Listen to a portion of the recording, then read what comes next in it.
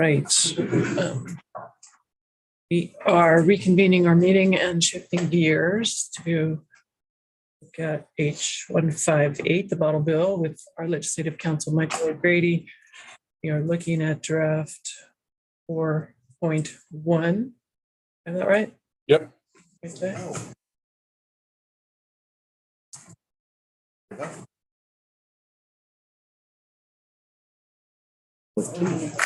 This is Mike O'Grady with the Office of Legislative Counsel. As the chair just noted, you should have draft number 4.1 with a 2/28/23 date and a 4:30 p.m.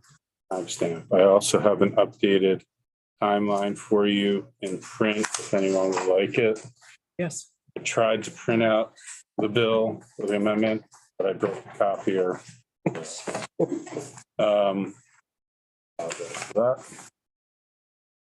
So would you like me to just work through the changes? Yes, I think we're ready for that. Okay. So you can go to page 4, line 16. This is where the Department of Liquor and Lottery is going to be reporting to A&R annually amount and tonnage of liquor bottles that the Department of Liquor and Lottery collected in the previous calendar year and the redemption rate for liquor bottles in the previous calendar year. Do I move on? Hold on one sec. I got to get my head back into it. Average container deposit.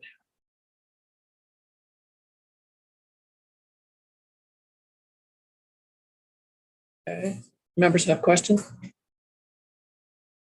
You can then go to page 5, line 7. This is where the escalator clause used to be. It's been moved. On page lines 8 and 9, page 5, lines 8 and 9, the language about deeming no fewer than 40 hours per week is struck.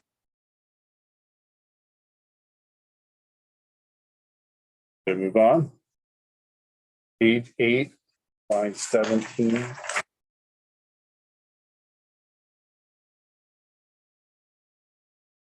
This was to clarify when the sticker would be affixed. So if the secretary allows the use of an adhesive sticker, sticker shall be affixed by the manufacturer, the distributor, or the retailer.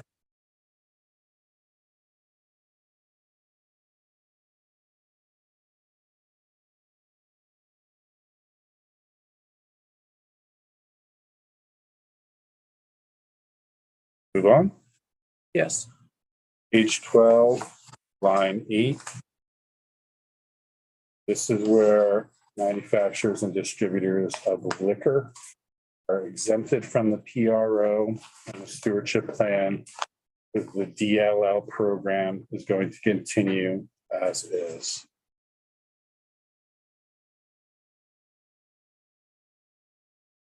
Okay. Okay, page 14, line 21.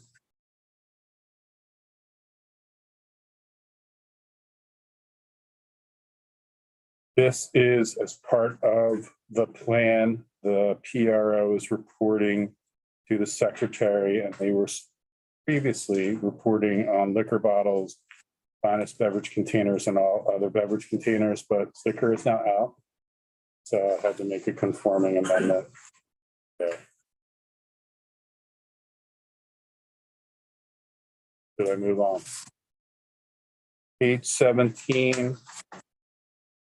This is where the escalators move to.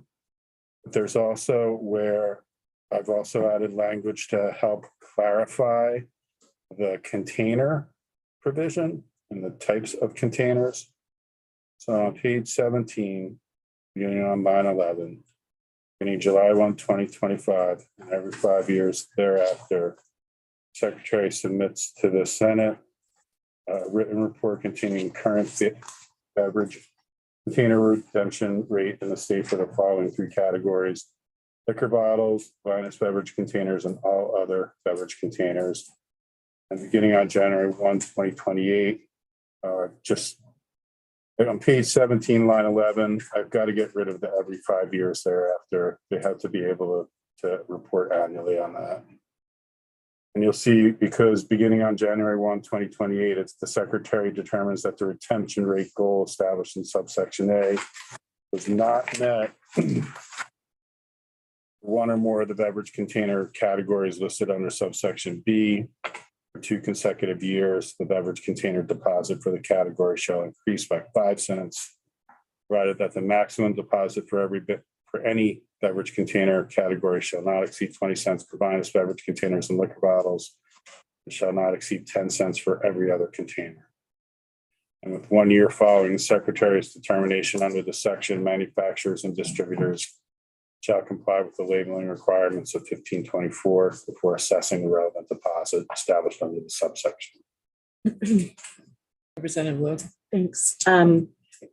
Just been thinking about the implementation dates over the last day, and it still seems that waiting to expand collection until 2027 just pushes things too far out, and that there's already a fairly, the beginnings of this PRO in the state through having commingling agreements. And like leaving this much time to set up just doesn't seem necessary to me. So I, with line 20 on page 17, would like to propose that we change that year to 2027. And then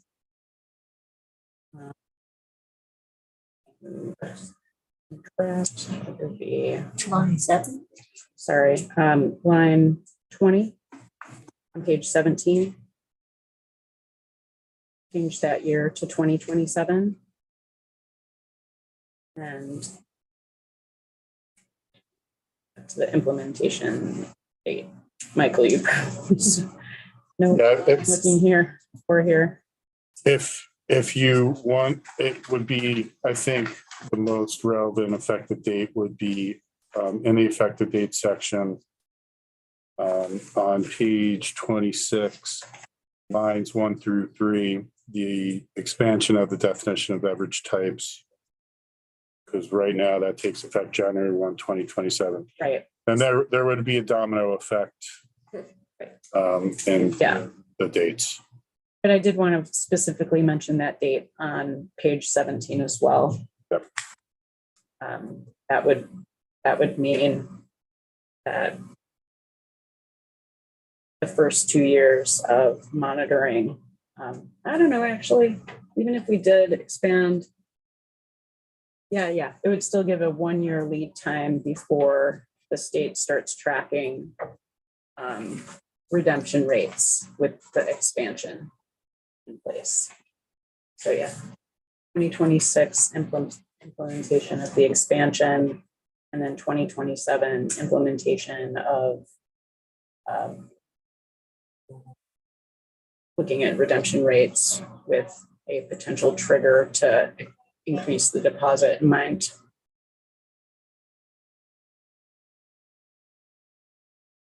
Representative Sibilia. Just clarification, Madam Chair.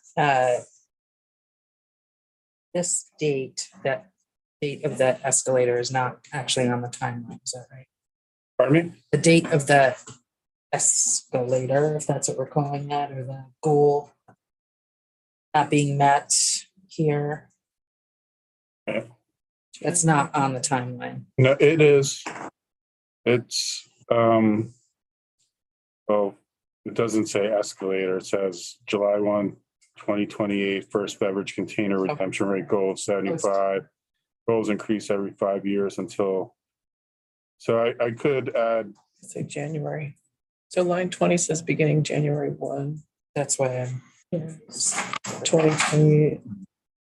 So so the timeline this document should say January 1, 2028. Yeah. Okay. Which document? The The timeline? timeline, Say January. January 1, Okay. 2028. So these two lines on the timeline I'm proposing we 1 year earlier for both, and then that would have effects across here.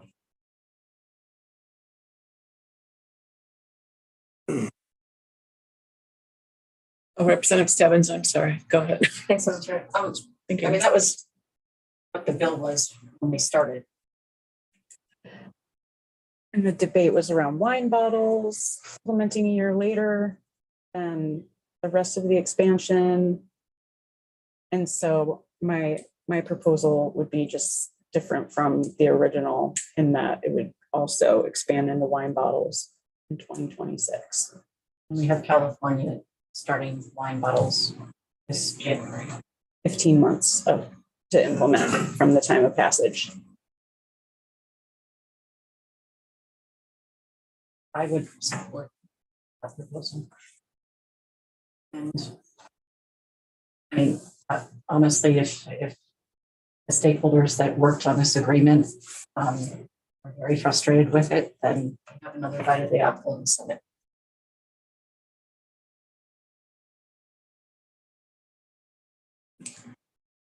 Representative Sibilia.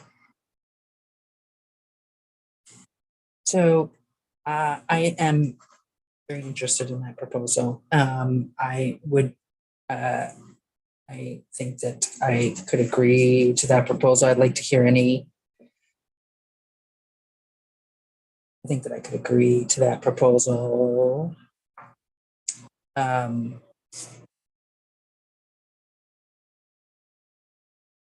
What I am interested in is adding to the analysis that I don't know if we're out of order here, Madam Chair, if this is what you want to do right now, but adding to the analysis how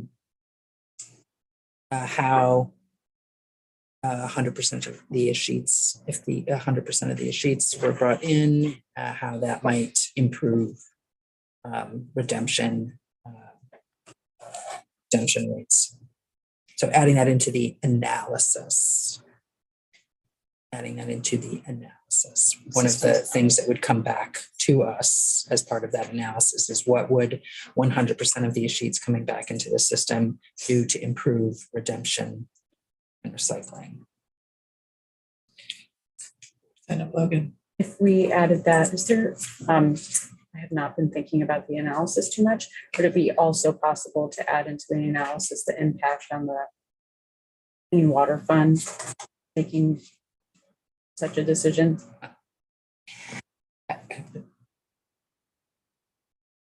I would not be opposed to that.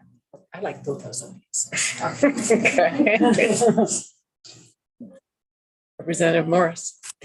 Thank you, Madam Chair. I'm concerned with that proposal when I look at January 1st, 2027 being the expansion of the bottle bill and hearing that the scope of redemption rate may actually drop percentage-wise because of the added containers. And then January 1st, we're looking for this report to put the inflator in place. I'm not sure that would be enough time for A&R, and they're not here, to know whether if we started the scope or expansion of the bottle bill in January, if they would be prepared to report out the next year on the effectiveness of that program. Representative. Recognizing it's going to drop to start with. Thank you. So the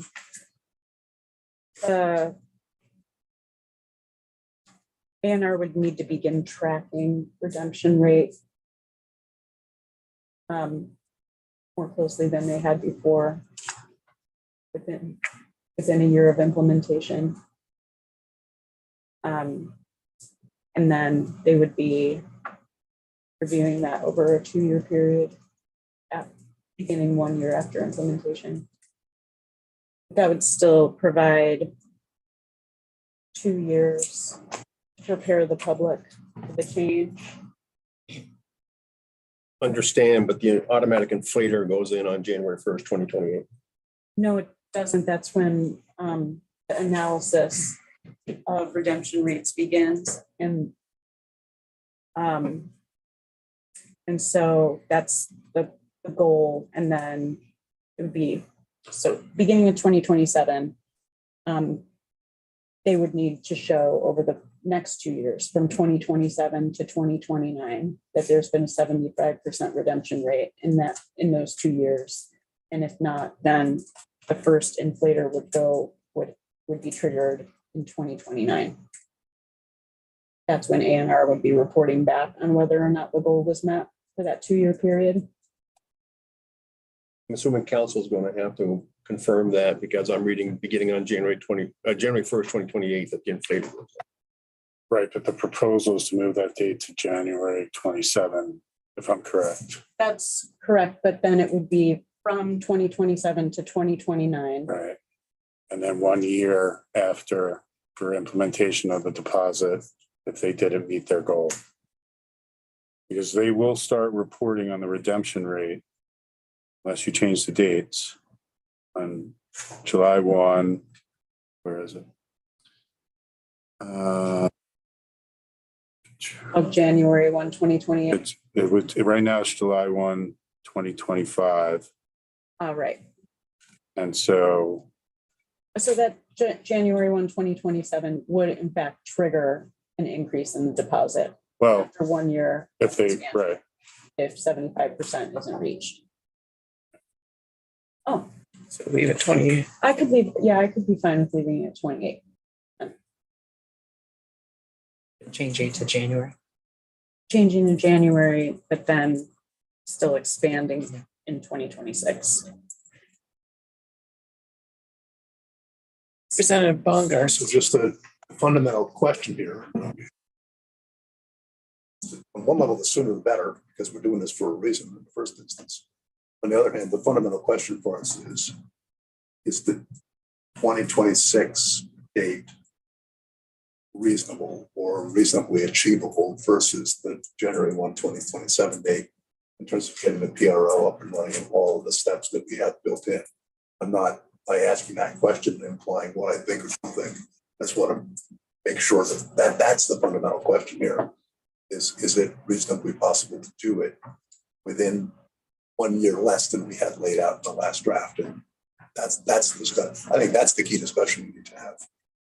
Representative Sibilia. No, sorry, I was counting. Sorry. Sorry. Representative Stebbins. I guess, it's March 1st and we've been discussing this bill for at least several weeks. And this proposal has only come up in the last day. So I feel like if it was that much of an issue, it might have been one of the key things called out personally. The timeline change. Is that what you mean? Or am I missing something? Yeah, I think you're conflating that little addition yesterday about when the 2 year period starts with the fundamental issue being raised by Representative Logan of moving the entire process forward a year. That's the fundamental issue question, I think.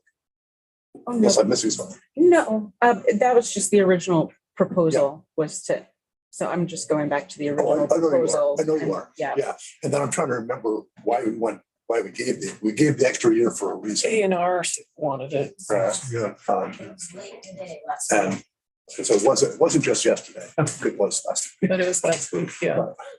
And like I said, we're doing this for a reason. So on one level, the sooner the better, but I also want to make sure it's not going to come because we're moving too fast. I think it would be helpful to hear Representative Sebelia's suggestion for let's talk about the suggestion for changes in the study.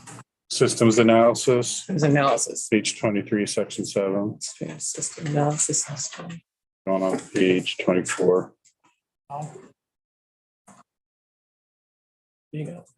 Get a pen that will over here. I'm sorry, what page are you on? It's page 23 going on to page 24. So we haven't finished the walkthrough, have we? No. Okay, so how many more changes are ahead of us here? There's really only a couple of changes on page 25. 24 and 25. Okay, let's finish those. Okay, on page 24, it's in the report back from the PRO, or I mean, in the report on the systems analysis. There had been some disconnect between the terms on page 24, line 2 and lines 4 through 5 about implementation of the expanded beverage container redemption system. It's just consistency. And then page 24, line 16, 17, in the parentheticals describing what is being repealed, you had asked that it say beverage registration with A&R or redemption center certification by A&R is being repealed. Thank you.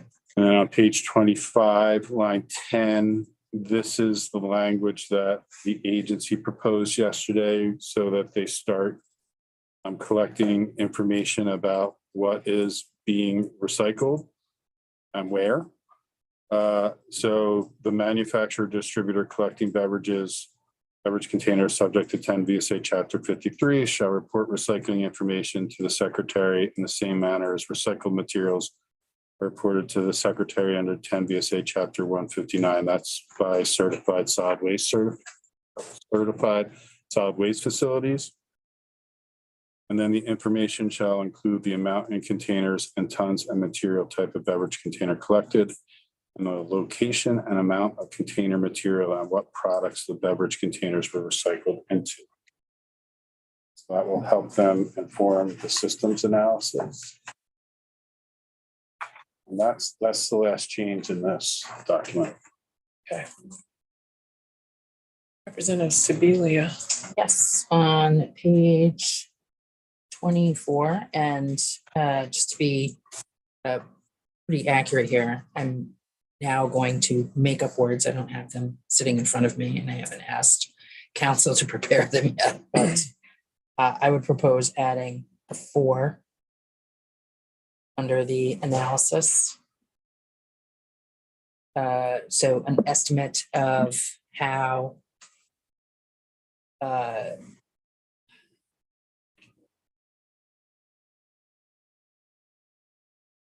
bringing 100% of the sheets. I did talk with Michael. You may be able to throw me a lifeline here. How bringing 100% of the sheets into this system could improve overall redemption and rates and recycling. Something along those lines. So What was that last part? Overall redemption and recycling, redemption rates and recycling. Into the system. So that's where I'm struggling with the words, because it's not actually, it is a system. It's not a system that Into the PRO or into the PRO. solid waste Yes, fund? into the PRO. Into the PRO. so estimate of how PRO, All of the PRO. whether an estimate of how the PRO's retention of 100% of the sheets could improve the overall redemption rates and recycling beverage containers in the state, including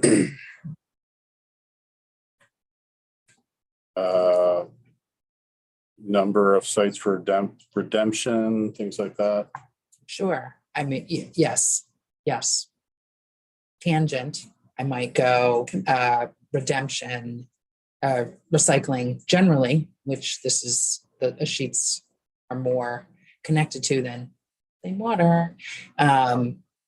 So, but So I Not have maybe a question from the room, but states that return or leave the sheets with manufacturers, they have lower rates of recycling because there's an incentive for them. And it's like a disincentive if they get to keep the deposit, isn't it? The unreturned deposits. Is there anybody that remembers a number or study on that? It's the first time. It's like it might do that. Representative Tory. Just while we're on the systems analysis, I'm kind of concerned about the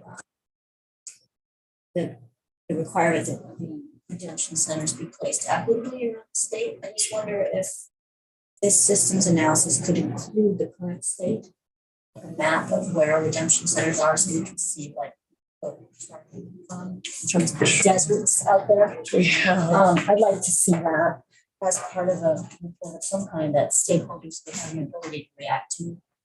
we do have a map. You have that now. Yeah, It's just Chapman brought us that map. Okay. But I thought you were going to go, Michael, you started to suggest the including language, and to me, a part of the good, highly functioning system is the geographic distribution. So Excuse me. it could model what a highly functioning, it could, The highly functioning is throwing me. so, Function. Aspirational. yeah, compared to the current state. Seems like a good part of the systems and the system with the location as well as.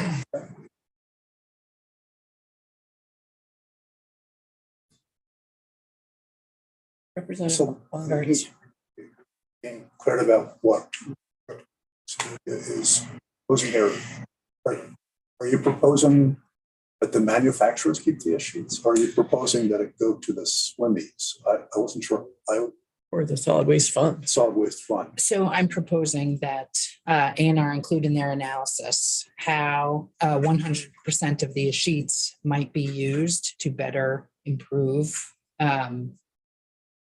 recycling and redemption in the state, because it still is challenging for me that we don't have a good accounting of this system. We know that there are weak spots, and we're also sending money out of this system for other uses. And so I can get around all of the other things that we're doing. I'm so appreciative of the analysis being done, but continuing to send money out of a system that has fiscal weak spots right now is not that's really rough for me. That's hard for me. And we can't really pinpoint how those fiscal weak spots are happening in any kind of accurate way. We can give a lot of anecdotal evidence and supposition. So we can't really repair it. So just, Okay, so you're not, just to be clear, which that's good for me to know. Yeah. You're not saying manufacturers, you're saying how the secretary. I'm saying, yeah, we have a system that could be improved, and we're sending money out of the system. Doesn't make sense to me. Representative Sackwitz, Yeah. Morris. I can see how that would make a lot of sense. And given that, it would seem like it would make sense to take out of the bill the 50% going for 5 years to the manufacturers until we have that further knowledge. To the PRO. Yeah, So no startup money for the PRO. right. At least until we know what this part of this study would tell us. To be clear, the PRO doesn't get startup money to start up. It gets money starting right before the expansion of so they're already in place before they start to retain the sheets. Okay.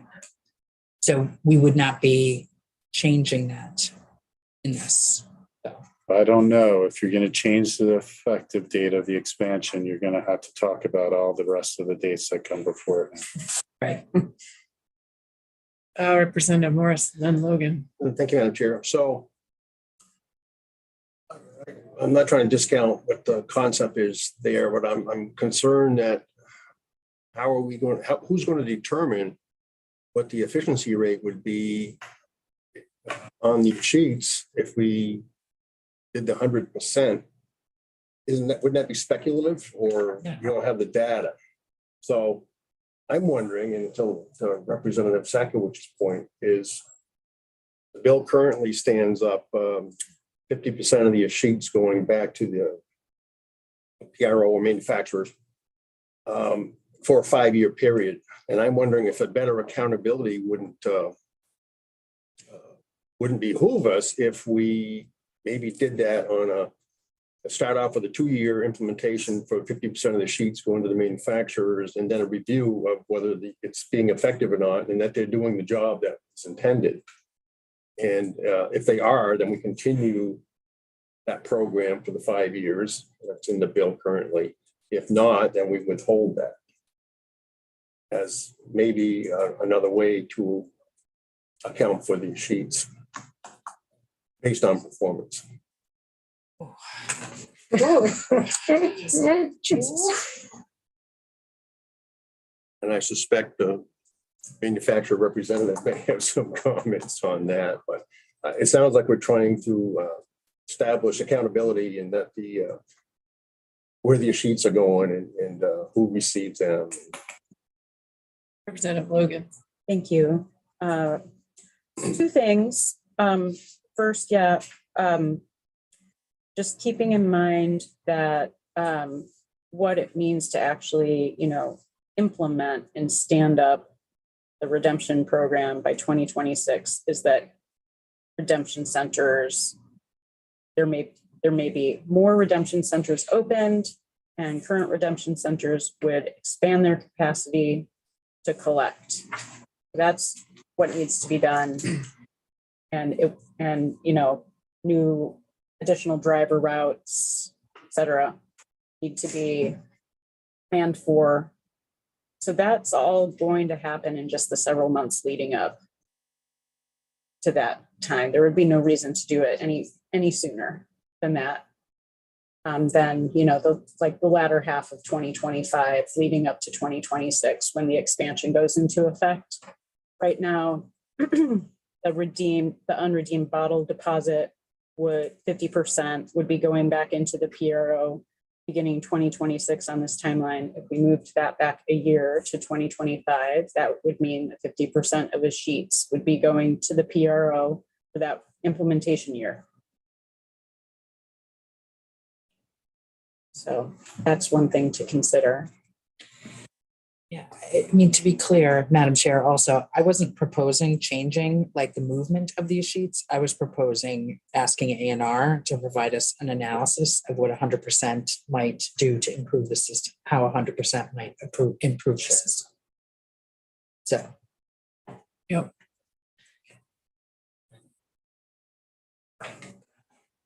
We are. Okay, I think that it would be good to folks, understand and agree with Representative's suggestion. Representative Albright. If we're gonna do that, and I'm in favor of it, I'd also like the implications for the big water.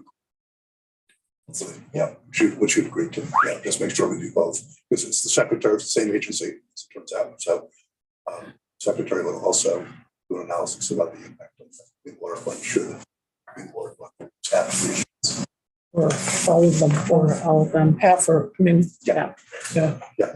Representative Tory. Question for you. Did you say that the PRO is not going to use the sheets money to stand up? It has to get going before in the way the bill is drafted right now. And do they report to A&R how much standing up the PRO costs?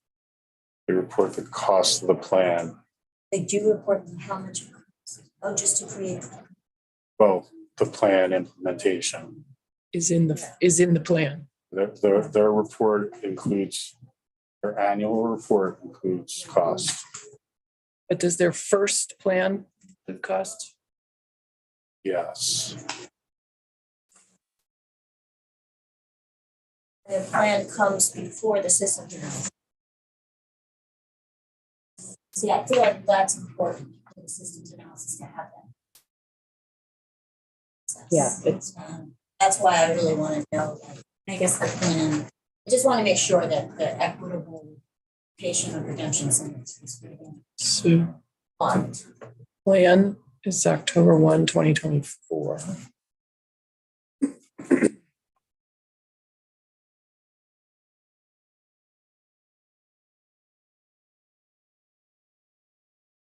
All right. Then there's a proposal also on the table that I heard a few people agree to, that we change the dates back, implementation back a year. Did the agency ask for that? What's the rationale?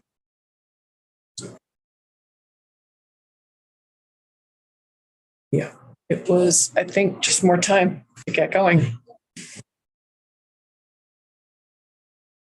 Mr. Rice, do you have a comment on that? Can't speak to the agency. Chris Rice from MMR for Beverage Association. I can speak for Beverage Association. We raised that issue when Bree Deatley testified before you all. I think the first day that you took up the bill back in February. The request is simple, gives us time to stand up and operate the PRO with the existing universe of containers to work out any bugs that we might have in the system so that not only the PRO, but all the stakeholders, including the manufacturers, distributors, and redemption centers are prepared for that operation. This is a massive undertaking. Nobody's done this before. And while we like to think we're optimistic about our chances for success, I think a longer runway provides us with greater confidence that we're going to be able to succeed in this. Compressing that time frame by another year is, I think, problematic. That provides us 9 months of operation with an existing universe before expansion would kick in. That's double the number of containers. I'd like to think we're trying to set the PRO up for success rather than the precipice of something shy of success. Representative Logan. Thank you. But also provides 15 months to start operating the PRO if you use the date of submission of the plan as the initial stage for getting ready to stand up PRO, and then 9 months to actually implement the plan to begin the bottle expansion. And this is what we had started with. This is, as I understand it, an extension of the implementation date from the last proposal in the prior legislative session. So it's already been a 2-year delay in implementation. Right. All right. I think what we need to do, Michael, is to have you draft. Do you have enough direction on Representative Sebelius' request? I think so. Okay. And I think we should let that sit for now on the date change. And I have no idea how long the floor will take today, but we'll just sort of stay in touch. Would you have time to draft that language today? I do, but I'm booked in another committee after the floor. Okay. All right, so we will, can we book you for tomorrow morning at 8:30?